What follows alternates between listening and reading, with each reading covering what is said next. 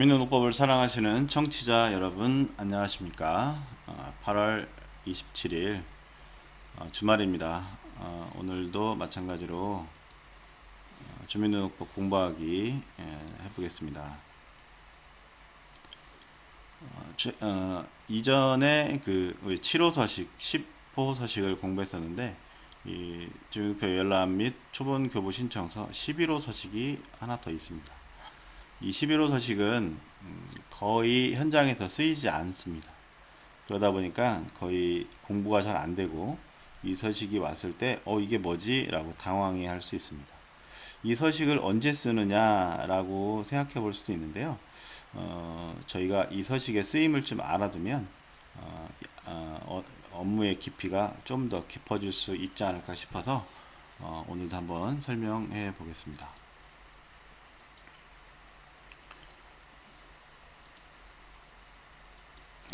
주민등록법 시행규칙 11호 서식 채권 채무 관계자의 주민등록표 초본 열람 또는 교부 신청서입니다. 채권자와 채무자 중에 사실은 채권자가 법지식이 부족하면 채무 금액을 회수받기 어려울 때가 있습니다. 그리고 채권자들이 간혹 우리 민원대에 직접 와가지고 채무자의 주소를 알 수 있는 방법이 없냐 이렇게 물어볼 때가 있어요. 그러면은 우리가 어떤 도움을 줘야 될지 한번 생각해 볼 수 있는데요. 이 신청서를 한번 소개해 주는 것도 괜찮습니다. 누굴 찾아가라고 하냐면 여기 보이시는 것처럼 변호사, 법무사, 행정사, 세무사를 찾아가서 요 이해관계 사실 확인서를 이해관계 사실을 받고 더하기 내용 증명을 보내면 된다. 이렇게 안내를 해줘서 그 요건을 갖춰서 우리에게 오면 채무자의 초본을 발급받을 수 있다라고 안내를 해주면 되면 우리 민원인이 좋은 도움을 받을 수 있을 거라 생각합니다. 자, 그러면 하나씩 한번 보겠습니다. 마찬가지로 신청인이 개인일 경우에 채무자는 여기다 기록을 하면 되겠죠. 법인일 경우에도 법인도 이 도움이 필요할 수 있습니다. 그래서 작성하고 서명인은 대표자가 하고 직원이 방문을 하면 됩니다. 그 다음에 채무자는 여기다 기록을 하면 되겠죠. 신청 내용은 마찬가지로 주민등록표를 열람하겠다 그러면 여기를 체크하고 초본을 교부받겠다 하면 여기를 체크하면 되겠죠. 여기를 체크하고 인적사항 체크하면 됩니다. 과거 주소 변동사항은 일반적일 경우에는 나가지가 않는 거죠. 여기 중간에 보면 개인정보 보호를 위해 이렇게 써 있잖아요.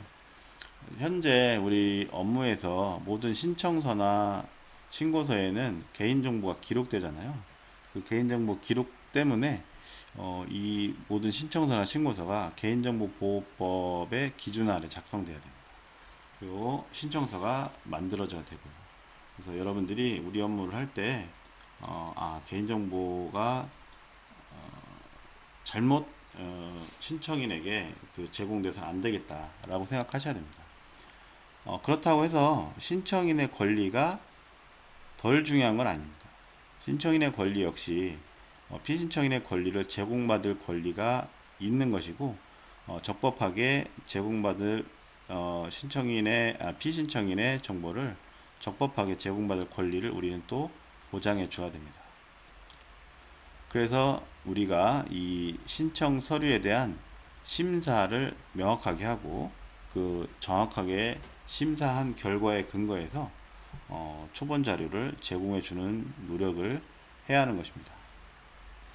자, 10호 서식에서도 이해관계 사실 확인서가 있었잖아요. 이 이해관계 사실 확인서를 11호 서식에서는 변호사, 법무사, 행정사, 세무사가 작성해 주게 됩니다. 그래서 채권자의 인적사항 변호사 기재했겠죠. 채무자의 인적사항, 그 다음에 채무금액 이것도 기록을 해줘야 됩니다. 그 다음에 본인들의 확인자들의 면허라든가 자격사항을 기록하면 되겠죠. 별로 어렵지 않습니다.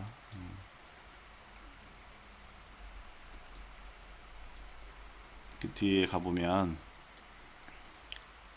유의사항을 볼게요. 이 서식은 시행령 별표 2, 4호에 개인 및 법인 등의 채권 채무와 관계된 사람이 사용하는 것이다. 자, 시행령 별표 2, 4호에는 개인 또는 법인입니다. 그래서 이 법인이 채권자가 될 경우에 채무자 개인을 상대로 할 수 있습니다. 근데 채무자가 법인인 경우에는 안 됩니다. 채무자가 법인인 경우에는 이 법인은 초본이 없잖아요. 채무자가 법인인 경우에는 대부분 소송을 통해서 진행을 해야 됩니다. 그래서 법인일 경우에 채무자가 법인인 경우는 안 됩니다. 신청인은 주민등록증 등 신분증명서 제시해야 한다. 똑같죠. 신청인이 법인인 경우에는 신분증명서와 사원증 또는 재직증명서를 함께 제시해야 됩니다. 이것도 마찬가지고요. 이 신청서는 신청인 본인이 직접 제출해야 된다. 위임이 안 된다는 뜻입니다. 교부받는 초본에는 작성하신 용도 목적이 표시되니 반드시 용도의 목적을 적어야 합니다. 이 타임에서 잠깐 요거를 보고 갈게요. 우리 시행규칙 제출서류 등의 별표 1에 제출서류에 보면 영별피 사업에 규정된 자가 어떤 서류를 가져야 되는지 별지 7호 서식과 11호 서식으로 구분해서 작성해 놨습니다. 별지 7호 서식을 작성한 경우에는 채권자와 채무자의 서명 날인이 되어 있고 변제기일이 적혀 있는 계약서 등 채권침 관계 등 또는 보증 사실을 밝혀주는 자료와 반송된 내용 증명. 그래서 7호 서식 하나, 자료 둘, 반송된 내용 증명 셋. 이렇게 세 가지가 있어야 됩니다. 11호 서식에서는 이 중간에 요 서류가 없어도 되는 거죠. 채권 채무자의 인적사항과 이해관계 내용 등을 명시한 변호사, 법무사, 행정사 또는 세무사의 확인서와 반송된 내용 증명. 요 이해관계 확인서가 11호 서식과 붙어 있으니까 이게 하나가 되겠죠. 요렇게 서류를 준비해 온 것을 우리가 심사하고 허가해서 초본을 발급해 주면 됩니다. 다시 신청서로 들어가서 말씀드릴게요. 4번은 허위일 경우에 벌칙을 받는다 이런 말입니다. 거짓이나 그 밖의 부정한 방법 이런 게 있으면 3천만원 이하의 벌금, 3년 이하의 징역. 이렇게 되면 공소시효가 5년이 됩니다. 5번 과거의 주소 변동 사항은 채권자의 상속에 따른 소유권 이전 등기의 대위 신청 등 대위 신청뿐만 아니라 다른 것까지 포함할 수 있다는 겁니다. 예시하는 겁니다.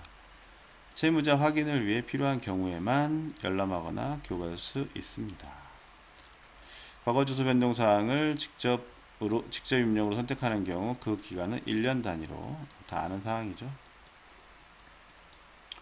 작성 방법 이해관계 사실 확인서는 변호사, 법무사, 행정사, 세무사가 다음 사항을 유의하여 작성합니다. 자, 발급 번호가 기재되지 않은 이해관계 사실 확인서는 관계 증명 자료로 인정되지 않습니다. 이게 매우 중요합니다. 발급 번호가 항상 있어야 됩니다. 신청서를 발급받은 기관은 우리가 되고 이해관계 사실 확인서 발급대장에 사본 제시를 요청할 수 있습니다. 마찬가지로 읍면동이 감독기관이 된다는 의미입니다. 이해관계 사실 확인서에 채권자 등 인적사항은 개인 신청인의 경우 성명, 주민번호, 주소를, 법인 신청인의 경우에는 법인명과 사업자 번호를 기재합니다.